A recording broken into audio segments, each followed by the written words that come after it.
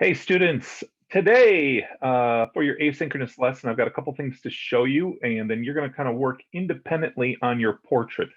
And what's nice about this is you can do pretty much whatever you want. I'm going to give you some tips and pointers of things that you could possibly explore in how to make this.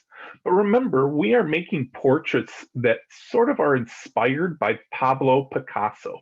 So everybody's is going to look very, very different. And it will, if yours looks strange or you don't really love how it looks, just keep at it because an abstract portrait is going to look a little bit strange. It's going to look a little bit weird. And so we can kind of have fun with that and understand that it's okay if our art doesn't look normal because nothing about Pablo Picasso's art looks normal. Now, on my Canvas page in the modules, I put together a Pablo Picasso page with some extra portraits of his that you should look at. I'm going to show you where that is on this video, but I want you to go there on your own so you can look at things a little more carefully. You could also do a Google search for Pablo Picasso artwork, but I only recommend you do that if you have your parents' permission and you're watching or looking at stuff with your parents. And not everything that Pablo Picasso did is kid friendly. Okay, so there's some things that you might think are inappropriate. So if you are looking on your own, I suggest you don't do that on your own, but you do that with your parents' supervision. Okay, so I just wanted to throw that out there. But on my Canvas page, let's take a look at what you can see on my Canvas page. So when you log in, obviously there would be a video here that you're watching right now. You're going to click the modules. Remember, the modules is kind of where I put the extra stuff for us to learn about. And I'm going to pause my recording for just a second because the Picasso module that I made is not showing up. I'm sorry about that. Okay, there we go. So through the magic of my video here. There it is, Pablo Picasso. So when you log in, this is what you'll see. So again, you click the modules and you click and you'll see this Picasso module here. So I put a Picasso portraits page. Say that 4 times fast, huh? Picasso portraits page, Picasso portraits page. And there's just a wide variety of his different style portraits. And you're going to notice a lot of similarities. I put in some of the ones we've already seen. You're going to see that there are faces that are divided up into shapes. There are faces where the eyes face in different directions. There is usually 1 or 2 different views of the nose. The mouth is sometimes changed up. And really, just really like this one here, this is a self-portrait. So things can get very abstract.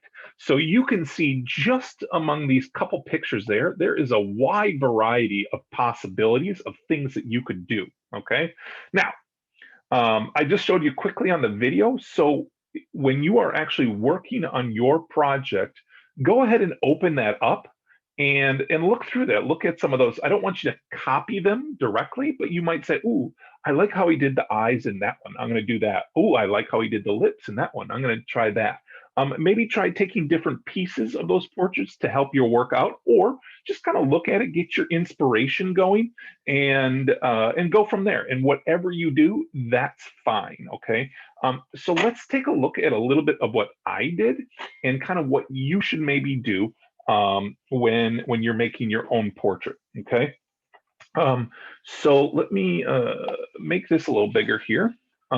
So remember, we did the oval with the sideways facing face, okay? And so I did that a bunch of times for all my different 2nd grade classes. And I just started sketching around with different ideas here. And you can see they look kind of crazy, right? I tried to include my beard. I tried to include different sort of looks for the eyes. And different ways about going about it. So let's just kind of go through my thought process here. So this one, I did the eyes first, and I was working on some sort of funky shapes for the eyes.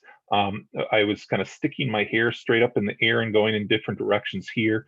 I made a really big ear on this side. This one, I decided to go in a different direction where I kind of changed what the eyes look like. I changed the nose. I did an open mouth, but then I thought my beard wouldn't fit there. So I started drawing my beard there. And I thought maybe only half of my head I would do hair on because I am bald. So maybe I would leave this side's my bald patch here. So I could still go and do some eyebrows there. This one, I started sort of doing these swirling lines, and I kind of like that for the beard. So I was kind of playing with more swirls. This one's not finished. I could add in some more swirls here. And then the next one, I really started thinking about how Pablo Picasso divides up in sort of smashes shapes into his views also. So I just started breaking up things into shapes and seeing where it went. So this one's much more rigid. And so this is the same thing. I started with the same thing. And each one of these is a drawing of me, right? But each one of them looks totally, totally different, okay? So what are some things that you could draw? Well, you can draw simple eyes, okay? And if you draw an eyes, I wouldn't put them just directly across from each other like that. Instead, I would put them sort of off center, possibly. Let me get my fabric white here. Or you should do a sideways eye too. So if you do one sideways eye, one normal eye, you can do eyelashes. You can just do them straight out if you want to. There was definitely some Picassos that look like that. You can do a little curly if you want to. You can do them on your sideways facing eyes. Your sideways facing eyes can face in the other direction too. They don't have to be the same color if you're thinking about color later. Your nose, when you've got your sideways nose, you could make it into a triangle. You could just do two nostrils. You could just do one nostril. You could do a second nose over here. That's more like a double nose or something like that. Like even this kind of looks cool. I could maybe put that into one of my drawings. I like this sort of triple nose where we're looking at a couple different views at once. That's kind of cool. For lips, when I draw lips normally, I do a thin M shape like that, a drawn out M shape. And then I do another little M underneath like that. And then I do a little W on the bottom. So that's usually how I draw lips. But for a Picasso style, maybe you make one side a little round and one side a little thin. Maybe you just have the sideways facing lips and nothing over here at all. Maybe you instead you kind of get rid of your lips, erase them, and do like an open mouth or a wide open mouth like that. So there's a lot of possibilities of things that you could do. So like when I look at it, I think, okay, how should I start? So I kind of had some sketched out ideas already of when I was working with this class. So this eye sort of shows up a little bit low. So I'm going to go ahead and do that. Maybe make it a little more boxy of an eye. I kind of like that as an idea. Maybe this one will be all a little more boxy, a little more geometric. In fact, yeah, that's what I'm going to do. So I did not think about this ahead of time. I'm just thinking about this idea right now as I record. So I'm changing everything into a little more geometric.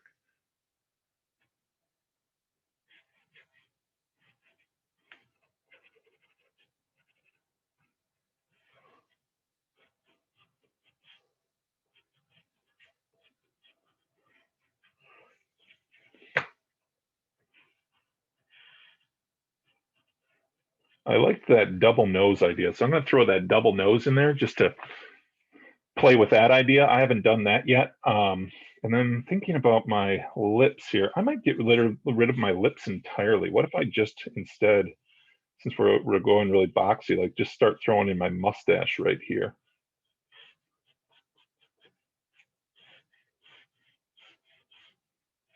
Maybe this could be like my mouth right here.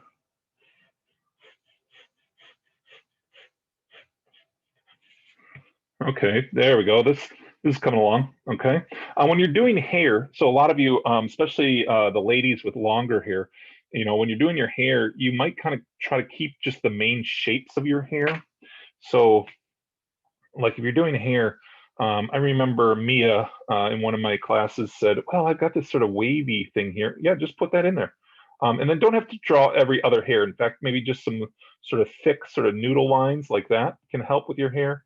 You can just draw hairs like that. If you've got shorter hair, you can literally just do something like that. A lot of possibilities for hair. I've got to think about my ears now. So if I'm doing sort of a side view here, maybe this is like the ear here. And I feel like I have sort of big ears, so I'm going to put in a big old ear here.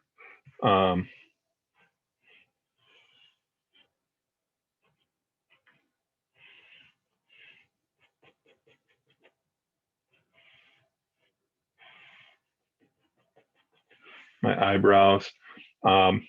Okay, so everything I do just kind of crazy, right? And that's sort of the fun of this project is creating something all on your own and really coming up with some sort of cool ideas. You are going to want to think about like your neck and possibly your shoulders and how you can make those. Remember, those can be abstract too. Like maybe my one shoulder's here and one shoulder's here. I might play with that. I might play around with my background. Like I've got like maybe sort of a geometric shaped background back here that I end up coloring in. So I've got a lot of different stuff to kind of play with, okay? Now, I think that should be enough for you to do today, okay? Looking through the pictures, looking for some inspiration, and then trying to draw out your own. Play around with that. If you really want to start coloring it just a little bit, what I recommend is oil pastels, okay? If you don't have oil pastels, I would go crayons. If you don't have crayons, then I would go probably colored pencils and I would do markers last, okay?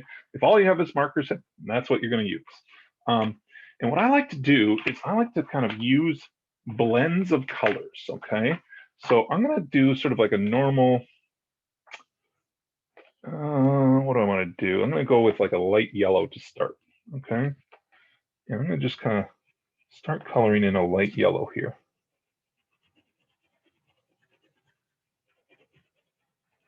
And I'm going to go ahead and blend in sort of a green, very similar to that Weeping Woman colors. I like the colors in that one.